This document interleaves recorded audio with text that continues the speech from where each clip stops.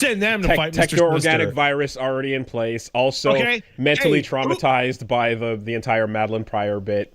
Yeah. All right, we're gonna go fight Magneto. Are any of you made entirely out of metal? All right, you. I mean, in the comics too, that's always been kind of the case, you know. And like he there's a whole lot that Magneto can but doesn't do on a regular basis. Like they really should have just but doesn't do on a regular basis. Like they really should have just but doesn't do on a regular basis. Like they really should have just swapped the fucking team on a regular basis. And it was like they really should have just swapped like the fucking team on a regular basis. And it was like they really should have just swapped like the fucking team. Oh well. Like they really should have just swapped like the fucking team. Oh well. Kill on command is what you're looking at. You know, there's a whole lot of what Magneto can and can't do that we futz around with. I mean, there's a problem of like, well, control of magnetism is control of electricity, which is like Magneto should be able to point you and just turn your brain off. This is where we get into the whole Iceman bit. Like I said, what is control of what is heat? It's what is ice? It's absence of heat. What is heat? It's energy manipulation. What is that? It's fucking Bobby being an S-class mutant when White Queen takes over. You know. So yeah, no, not everybody can be Franklin Richards if you break down what they're actually doing to its fundamental atomic ability, you know. But yeah, okay, so I guess like from this we're heading towards Onslaught. I guess. So that means we're heading towards Marvel vs. Capcom 1. What? We're there. Hell yeah. We're at Marvel vs. Capcom, man. They say, they look at the camera and they obviously, you get the Children of the Atom, you get the line, you know, like, ah! So that's rad as shit. Asteroid M's hanging out. Yeah, no, it's perfect. It is a fucking amazing, it is just a show. Fucking slam dunk. Top to bottom. Yeah, and I guess, well, but it's like, we're doing arcs that have been covered and stuff that, like in the Claremont run and so on, that have been fast forwarded through, but there's new guy as like a unknown factor in all of this, right? Ricardo? Oh, the guy that fired? No, I mean the Jubilee's boyfriend. Oh, right, Sunspot. Is that his name? Oh, oh, never mind. Okay, I'm just I think that's Sunspot. Okay, never mind. I'm completely wrong on that. Roberto.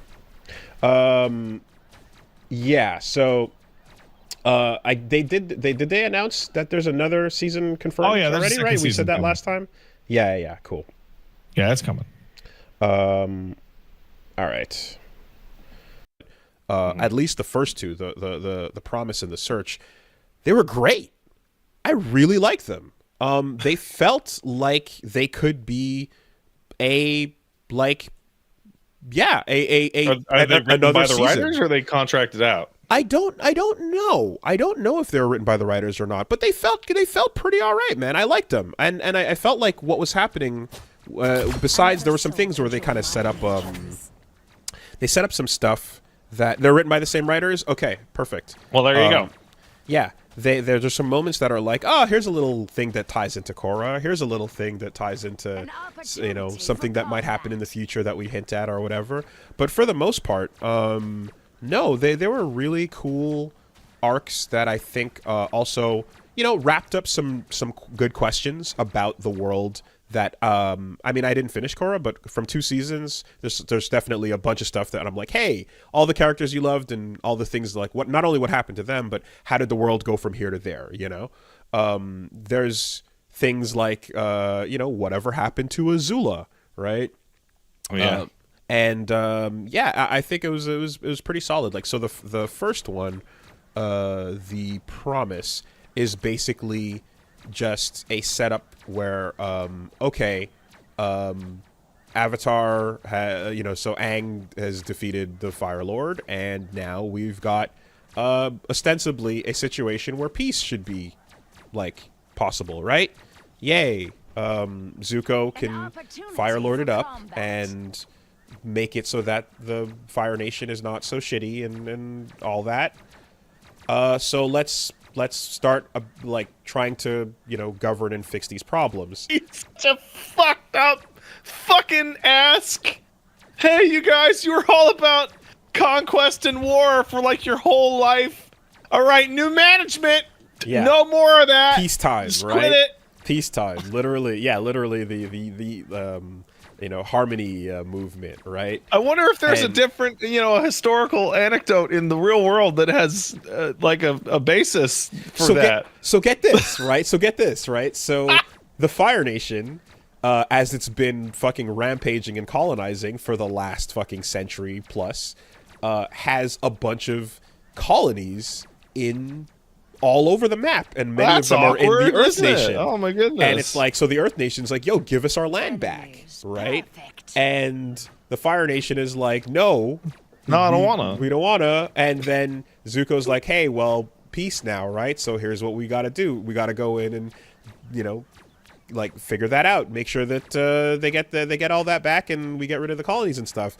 And you kind of, and it's interesting because, like, I guess with newer colonies it's like one thing, but when you get there and it's like, here's a colony of people that are earth and firebenders that have been living together for a century harmoniously, and but literally the roots are tied together. There are like families that are both. And so what you're telling me is that Aang, which the fuck, someone help me, is it Ong or Aang?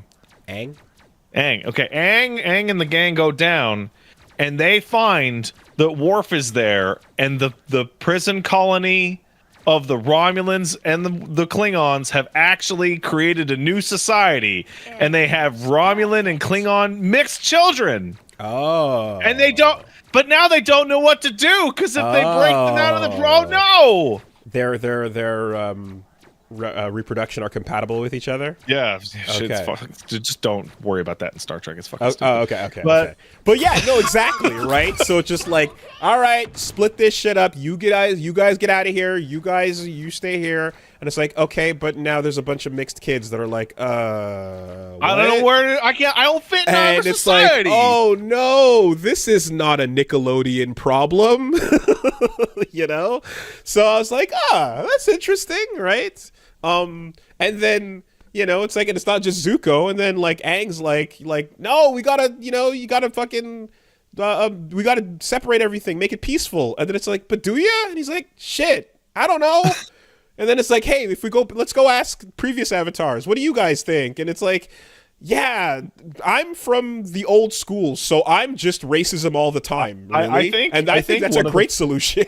I think one of the funniest things about Avatar: The Last Airbender is that we're supposed to look at like, hey Aang, how are you going to deal with? Oh, you know what? You contact your past lives; they'll help you. And he contacts like a multitude of past lives, and so does Korra. And the shit they tell them is universally unhelpful and usually directly harmful. Yeah, no, summon the ghost of the fucking founding fathers. And it's like, yes, no, here's exactly what we meant by a well-armed militia. We didn't mean this. And it's like, well, thank you. Awesome. And with that well-armed militia, you can have your slaves take care of all the cleaning of the guns and make sure that yeah. Thank you, founding father. All right, Kyoshi, gotta go. What do I do about this land dispute? Kyoshi says, kill everyone who disagrees with you and don't stop until you're done. Thanks, Avatar Kyoshi. Right? I appreciate that. And it's like, cool. Who else is saying that? The previous Fire Lord? Literally? So, yeah. It's exactly that, right? Oh, what's the fire guy right before Aang? Ozai? No. Before the fucking Avatar, the fire dickhead. What the fuck was his name? Roku. Oh, Roku. Hey, Roku. Hey, what should I do? Guy who directly allowed every problem in the series to happen? Yeah, it's really... It's all his... I mean, asking him for advice is so outrageous. It's literally his fault. All of it. The whole thing. So that's kind of what is happening, is Aang is sitting there going, hey man, you got any past wisdom for me?